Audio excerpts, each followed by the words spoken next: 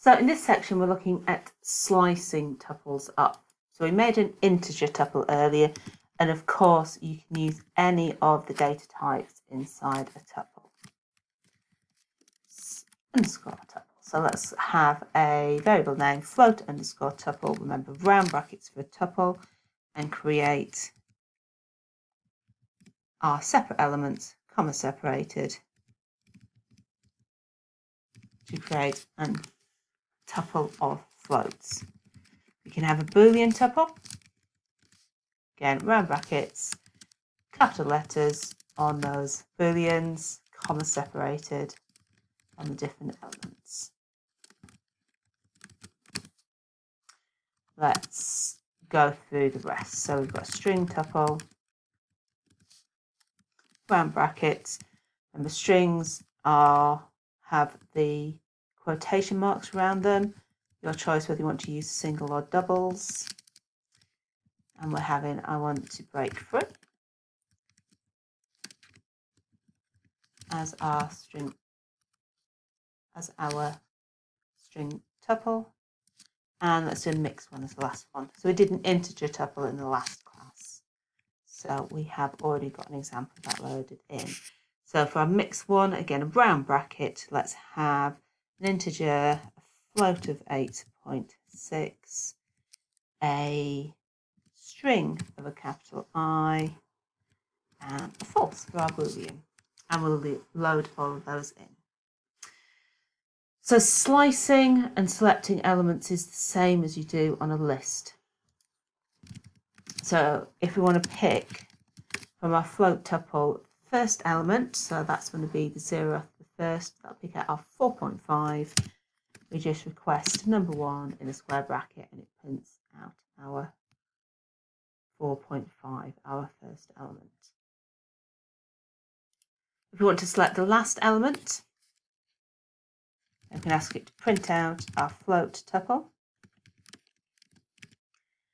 Then to get to the last element, we could physically count 0, 1, 2, 3 and put number 3 in, or we could actually use the computer to count this for us.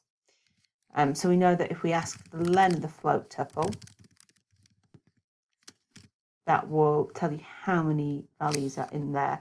Remember, we're starting that counting from 0, not from 1. So the length is going to give you the count as if it started from 1. So we need to take 1 off it to get value as if we're starting counting from 0.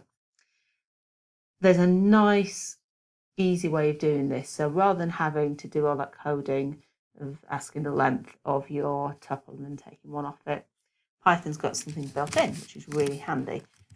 You can just ask for the float tuple, and you can ask for -1. So the -1 is the last value. And if you wanted the penultimate value, you can have a guess what that might be. -2. So they're quite handy things to know.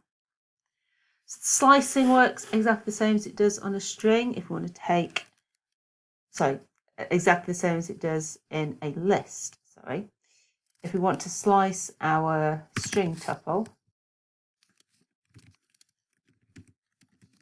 and let's just say I want 2 out of that. So we want the 0th, the 1st and the 2nd. So we start from 0 and we go to the 3rd element, remember. So you've got 0th, 1st, 2nd, but we need to go 1 past the value we want. So it needs to be 3.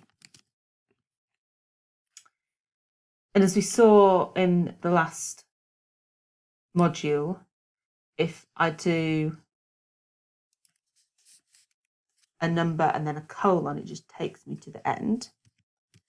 So if I do string tuple, let's go from the 3rd element to the end. It will print me out 0, 1, 2, 3 to the end. You can do the same for the beginning as well, which is really cool. So if I want everything up to, but not including the 4th element, I do it like that. So I don't need to say I'm going from 0 to 3. I could just say :3. So the next one, we're going to look at properties of a tuple. So when you're ready, move on to there and have a look.